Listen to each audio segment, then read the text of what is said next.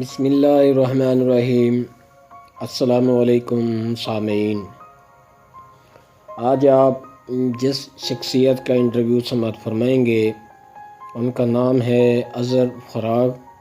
کتاب بات کر کے دیکھتے ہیں، مصنف سراج احمد تنولی، صداکار مجید احمد جئی۔ یہ تبصرہ مجید احمد جئی آڈیو لائبریری کے تعاون سے آپ سماعت فرما رہے ہیں۔ اظہر فراق پاکستان کی وہ چمکتی دمکتی ادبی شخصیات ہیں جو کسی تعارف کے محتاج نہیں۔ اظہر فراق کا شمار پاکستان کے بڑے شاعراء میں سے ہوتا ہے۔ ان کو پڑھتے ہوئے آسانی سے یہ اندازہ لگایا جا سکتا ہے کہ وہ معاشرے کے لیے گہرا درد رکھتے ہیں۔ نت نئے موضوعات پر کلام ان کے زیر قلم رہتا ہے۔ یہ نئی نسل کے نمائندہ شاعر ہیں۔ ان کی شاعری جدید دور کی عکاسی کرتی ہے اور جدید غزلیات کا اثاثہ ہے۔ آج ہم ان کے ساتھ ایک نشست کریں گے۔ جو آپ کی نظر۔ آپ کب اور کہاں پیدا ہوئے؟ 31 اگست کو اکاڑا میں۔ کہاں تک تعلیم حاصل کی؟ اسلامیہ یونیورسٹی سے گریجویشن کیا۔ کن کن اداروں میں نوکری کی؟ مختلف NGOs میں۔ اچھا، اظہر فراق کے 2 جملوں میں تعریف کیسے کریں گے؟ میری تعریف میرے بس سے باہر ہے، یہ کام لوگوں پر چھوڑ دیا ہے۔ شعر و شاعری کا آغاز کب سے کیا؟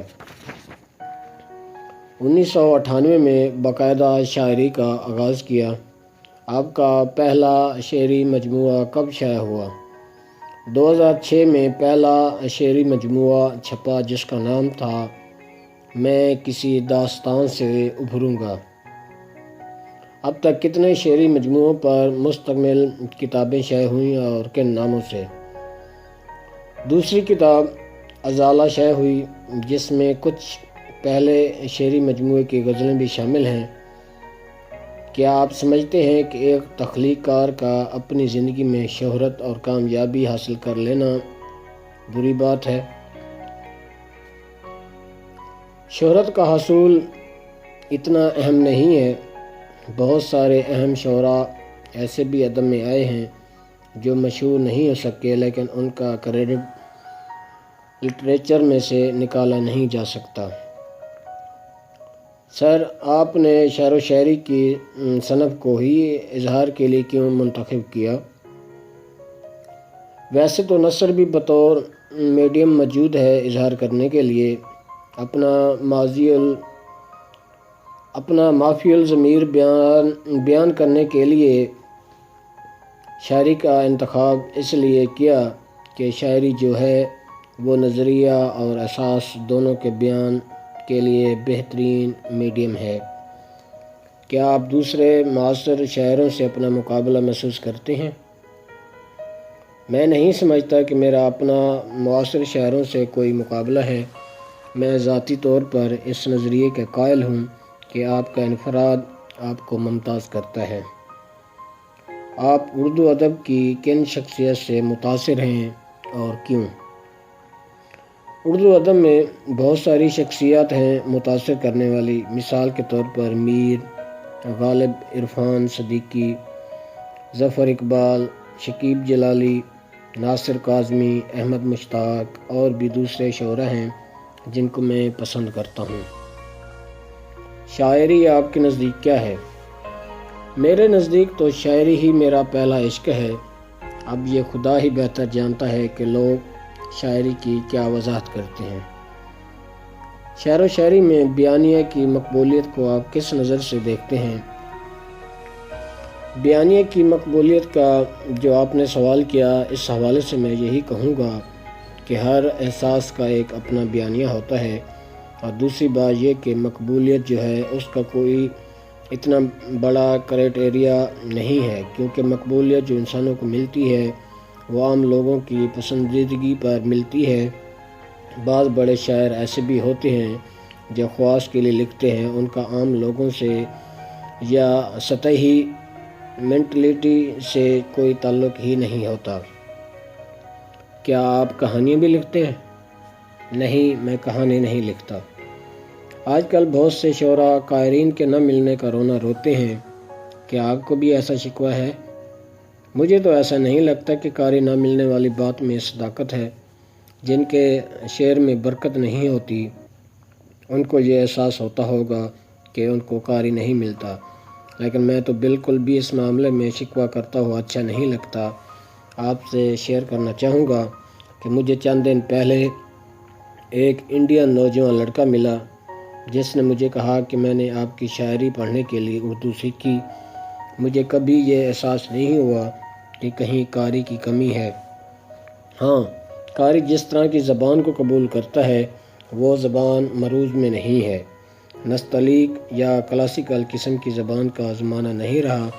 جو لوگ ابھی تک اسی طرز کی ڈکشن کو اپنا ذریعہ اظہار بنائے ہوئے ہیں ان لوگوں کو ایسی پریشانی کا سامنا ضرور کرنا پڑتا ہے۔ آپ کے نزدیک ادیبوں کو کن کن مسائل کا سامنا کرنا پڑتا ہے؟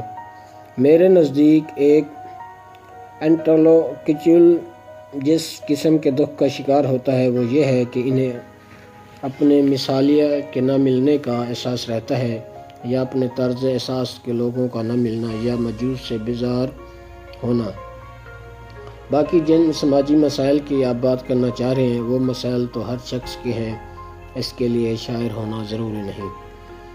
آپ انٹرنیشنل سطح پر مشاعروں میں شرکت کرتے ہیں، اردو ادب کی مقبولیت کو کس نظر سے دیکھتے ہیں؟ بالکل، میں سمجھتا ہوں ہمارے یہاں اردو کے لیے لوگ اتنے پوسیو نہیں ہیں، لیکن باقی دنیا میں جہاں جہاں اردو بولنے والے لوگ منوریٹ میں ہیں وہ لوگ زیادہ تر اپنی زبان کی حفاظت کرتے ہیں۔ میں سمجھتا ہوں وہاں پر اردو زبان زیادہ آب و تاب کے ساتھ موجود ہے۔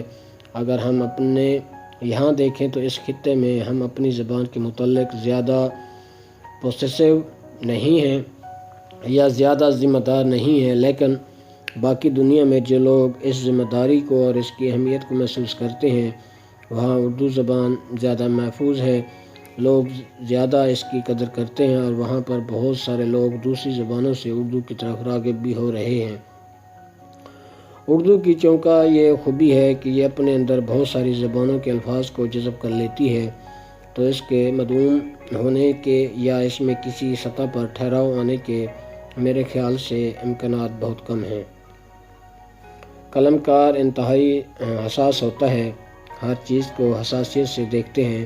آپ معاشرے کے کن مسائل پر زیادہ حساس ہیں؟ ہر شاعر حساس ہوتا ہے، لیکن جو چیز مجھے بری لگتی ہے وہ سماجی جہالت یا اجتماعی جہالت ہے۔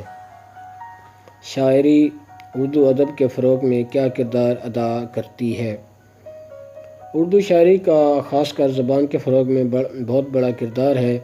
شاعری ایک تو آپ کے تلفظ کا تحفظ کرتی ہے، لفظوں کا تحفظ کرتی ہے، اس کے علاوہ نیو تھاٹس یا نئی جمالیات کے پہلو زبانوں کو ہمیشہ پوٹری سے ہی ملتے ہیں۔ اردو میں بھی یہی معاملہ ہے۔ سنا ہے کہ شعراء کا ایک خاص موسم ہوتا ہے جس میں ان پر شاعری کی آمد ہوتی ہے، آپ کے ہاں بھی ایسا ہے؟ کوئی خاص وقت متعین نہیں ہے، شعر کے آنے کا ایک اپنا لمحہ ہوتا ہے جب اس نے اپنے لوازمات کے ساتھ پورے شعر میں ڈلنا ہوتا ہے۔ آپ کا موڈ شاعری پر کس قدر اثر انداز ہوتا ہے؟ بہرحال موڈ تو اثر انداز ہوتا ہی ہے، موڈ یا طبیعت کا موضوع ہونا بھی بہرحال ضروری ہے۔ یہ انٹرویو مجید احمد جئی آڈیو لائبریری کے تعاون سے آپ سماعت فرما رہے ہیں۔ سر، اپنی ایسی کوئی غزل جو آپ کو بہت پسند ہے سنا دیں۔ ویسے تو بہت ساری غزلیں ہیں جو مجھے بہت پسند ہیں، ہاں ایک غزل جو اکثر لوگوں کو زیادہ سناتا ہوں وہ ہے کمی ہے کون سی۔ کمی ہے کون سی گھر میں دکھانے لگ گئے ہیں، کمی ہے کون سی گھر میں دکھانے لگ گئے ہیں، چراغ اور اندھیرا بڑھانے لگ گئے ہیں، یہ اعتماد بھی میرا دیا ہوا ہے تجھے، یہ اعتماد بھی میرا دیا ہوا ہے تجھے، جو میرے مشورے بیکار جانے لگ گئے ہیں۔ میں اتنا وعدہ فراموش بھی نہیں ہوں کہ آپ میرے لباس پہ گرہیں لگانے لگ گئے ہیں۔ وہ پہلے تنہا خزانے کے خواب دیکھتا تھا، اب اپنے ہاتھ بھی نقشے پرانے لگ گئے ہیں۔ فضا بدل گئی اندر سے ہم پرندوں کی، جو بول تک نہیں سکتے تھے گانے لگ گئے ہیں۔ کہیں ہمارا تلاطم تھمے تو فیصلہ ہو، ہم اپنی موج میں کیا کیا بہانے لگ گئے ہیں۔ نہیں بعید کہ جنگل میں شام پڑ جائے، نہیں بعید کہ جنگل میں شام پڑ جائے، ہم ایک پیڑ کو رستہ بتانے لگ گئے ہیں۔ بہت خوب۔ زندگی کی ایسی کوئی یاد جو آپ کبھی نہیں بھولیں گے؟ بہت ساری یادیں ہیں، اس میں کسی ایک یاد کا حوالہ دینا ممکن نہیں۔ زندگی میں ایسا کچھ جو آپ کرنا چاہتے ہیں اور نہ کر پاتے ہوں۔ انسان بہت سارے خواب دیکھتا ہے، ہر خواب کی تعبیر تو بہرحال ناممکن ہے، تو یہ میرا معاملہ میرے ساتھ بھی ہے۔ کس قسم کی کتابیں پڑھنے کا شوق رکھتے ہیں؟ بہت ساری کتابیں پڑھتا ہوں، خاص کر جو غیر نصابی کتابیں ہیں، خود بھی بہت پڑھتا ہوں، اور وہ لوگ میرے قریب ہیں ان سے بھی یہی کہتا ہوں کہ زیادہ علم غیر نصابی کتابوں میں ہوتا ہے۔ آج کل کون سی کتب زیر مطالعہ ہیں؟ آج کل زیر مطالعہ خیال خام ہے، جو کہ انجم خیالی کی کتاب ہے۔ ایسی کوئی شاعری جو آپ بھی لکھنا چاہتے ہوں اور نہ لکھ پاتے ہوں؟ وہ شاعری جو میں ابھی نہیں کر سکا، وہ ساری اسی زمرے میں آتی ہے۔ کیا ہمارے ہاں آج کل معیاری شاعری ہو رہی ہے؟ بالکل، ہمارے یہاں معیاری شاعری ہو رہی ہے، اور خاص طور ہمارے بعد کی جو نسل ہے اس میں بڑے بڑے اچھے شاعر ہیں۔ میں نام اس لیے نہیں لے رہا کہ اس فہرست میں ان لوگوں کی تعداد بہت زیادہ ہے جو مجھ سے وابستہ ہیں۔ سی پیک کو آپ کیسے دیکھتے ہیں اور اردو ادب پر اس کے کیا اثرات مرتب ہوں گے؟ میری نیک خواہشات ہیں سی پیک کے لیے، اور ساتھ دعا بھی کہ یہ دو مختلف اقوام کا تہذیبی تصادم کا پیش خیمہ ثابت نہ ہو۔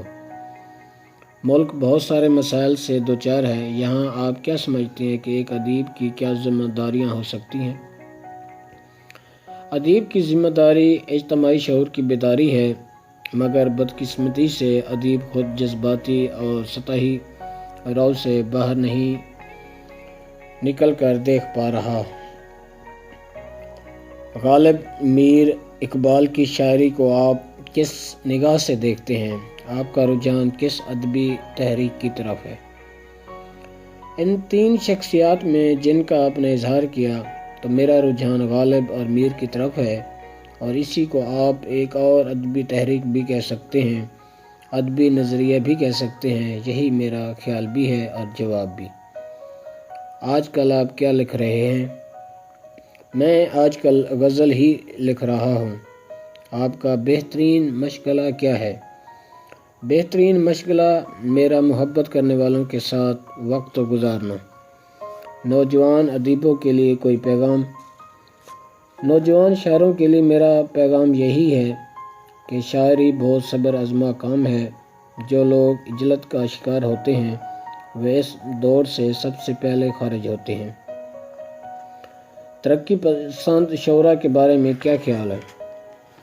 میرے خیال سے ہر شاعر بائے برتھ ترقی پسند ہوتا ہے۔ ہاں، جہاں تک آپ ترقی پسند تحریک کے حوالے سے سوال پوچھ رہے ہیں، تو اس تحریک کے اردو ادب پر بڑے مثبت اثرات مرتب ہوئے ہیں۔ روزنامہ سرگرم نیوز کے قائرین کے لیے کوئی پیغام؟ روزنامہ سرگرم نیوز کے قائرین کے لیے میرا پیغام یہی ہے کہ ہم لوگوں کو محبت اور امن کا خواہاں رہنا چاہیے۔ اللہ حافظ۔